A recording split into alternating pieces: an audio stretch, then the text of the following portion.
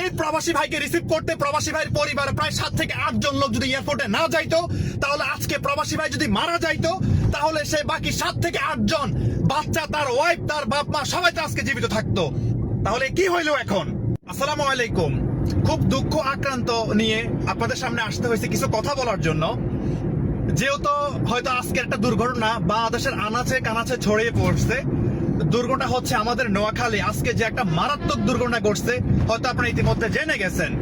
ভাই, আমি প্রবাসী ভাইদের দৃষ্টি আকর্ষণ করতে চাই, বিপদ আপদ আসে একমাত্র আল্লাহ তাআলার পক্ষ থেকে। যেই আল্লাহ তাআলা বিপদ দিবে, সেই আল্লাহ বিপদ থেকে উদ্ধার করবে।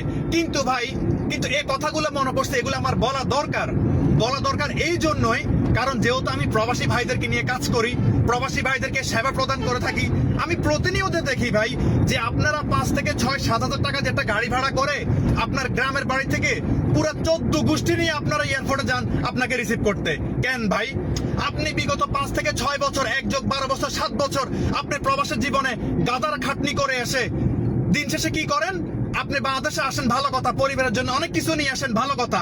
আপনার পরিবারের গ্রামের বাড়ি থেকে একজন যাক না আপনাকে রিসিভ করতে।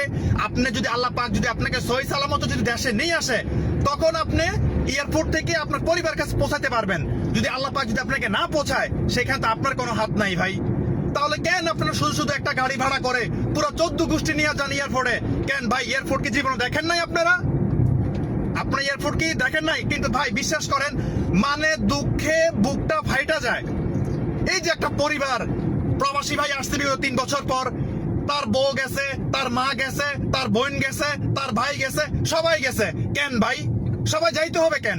আপনি বাড়িতে আসলে কি সবাইকে আপনাকে দেখবে না? আপনাকে 5-6 জন রিসিভ করতে কেন যাবে? এই যে আপনার একজনের জন্য আপনি তো মারা গেলেনই, আপনার পুরো পরিবার গেল। এখন এই ড্রাইভারটা কি হলো বলেন?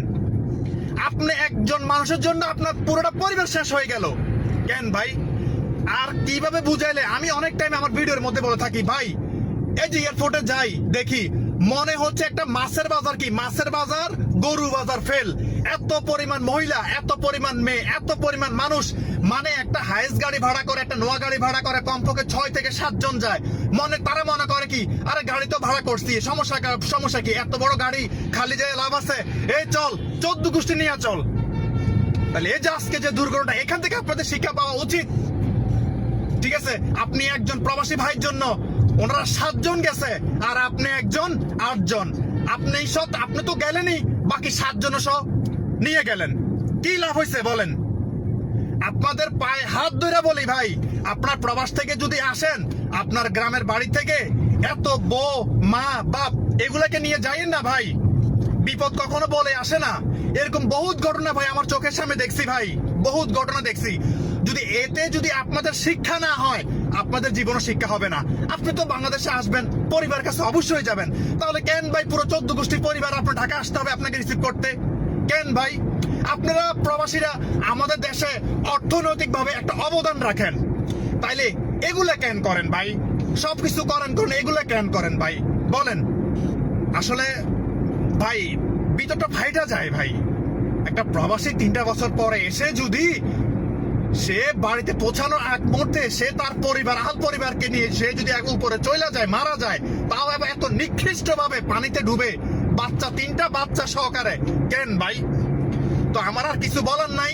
আপনাদের যদি আকল থাকে, জ্ঞান থাকে, আপনারা এগুলার কখনো করবেন না। পরিবার থেকে পুরো 14 গোষ্ঠীর পরিবারকে নিয়ে কখনো এয়ারপোর্টে যাবেন না, এয়ারপোর্ট থেকে আসতে বলবেন না। ঠিক আছে?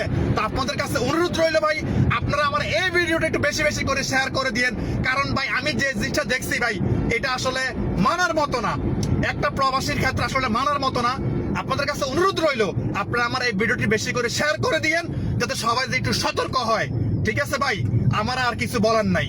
সকালে ভালো থাকবেন। অনেক কথা বলে ফেলছি, কাউকে মনে আঘাত দিয়ে কথা বলতে চাই নাই, কাউকে মনে কষ্ট দিয়ে কথা বলতে চাই নাই। কারণ আমাদের প্রবাসী ভাইরা মাঝে মধ্যে এতটা পরিমাণ ভুল করে, এত পরিমাণ ভুল করে, তার ভুলের কারণ তাদের নিজের মাসুল নিজে গুনতে হয়।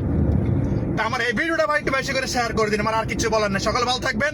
আসসালামু আলাইকুম।